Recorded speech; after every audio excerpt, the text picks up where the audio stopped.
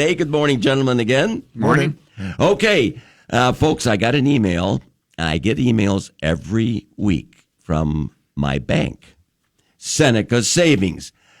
We've been talking about fraud, and it is never a bad time to talk about things to protect the audience from these fraud things that are happening around now. I'm just going to read the first paragraph before I introduce Laurie Ucher. As you may already know, spam emails are unsolicited messages that flood our inboxes, often promoting fake products or services or attempting to steal our personal information.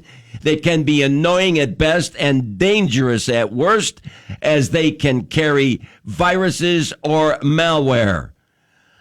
Now, to talk about that and some other things that hopefully will be a surprise to some of you, I'm going to introduce Laurie Ucher, Senior Vice President for Retail Banking at Seneca Savings. Good morning, Laurie. Good morning, Perry. I want to thank you for these emails. We talk about fraud, but you can never stop talking about things that hurt people, especially financially. Now, that was the first paragraph, but you also listed some things, some recommendations, pretty simple recommendations. Why don't you go through those for us, if you don't mind? Yeah.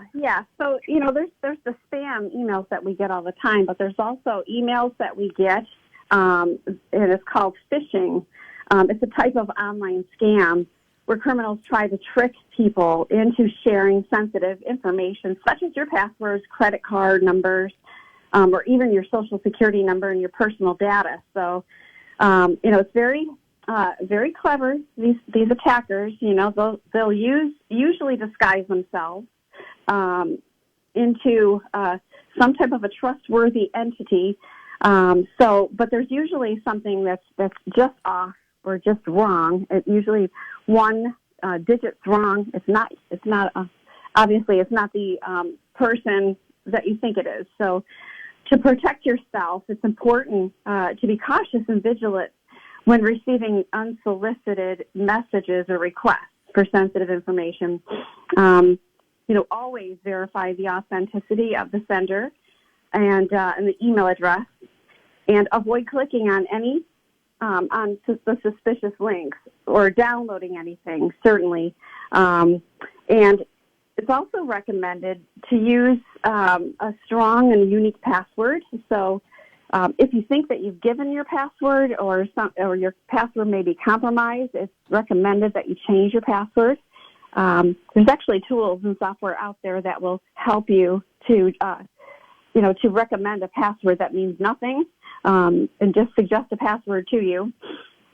But some of the red flags too, through text messages. If anyone's asking for your PIN, or asking for your social security number, or asking you to share a one-time code, that's usually a scam. Email, if they're asking you to download an attachment or to fill out a form, or if you see anything that's misspelled, that's another red flag. If you see words that are misspelled, it's usually a scam. And the phone calls, right? If anybody's calling you and they're asking you for addresses, they're asking you to use, or they're using scare tactics. They need the money now. That's a never, never, never. I know. Yeah, or they're asking for your birthday. All of that stuff. It's kind of common sense, but it's almost not real that people are asking you for this information, but they are, and it's definitely, we're seeing more and more of that out there. So, people need to be on the lookout and just be vigilant about looking over your account.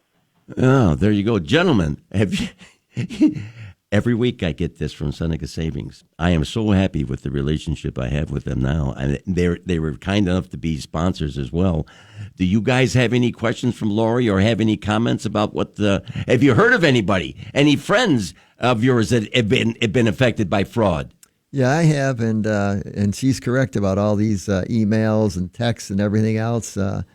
You just got to ignore them, and you got to really, really be on the lookout, because everybody's out there after you, and their goal is to send it out to thousands of people, and if they get one, they've struck gold. Yeah.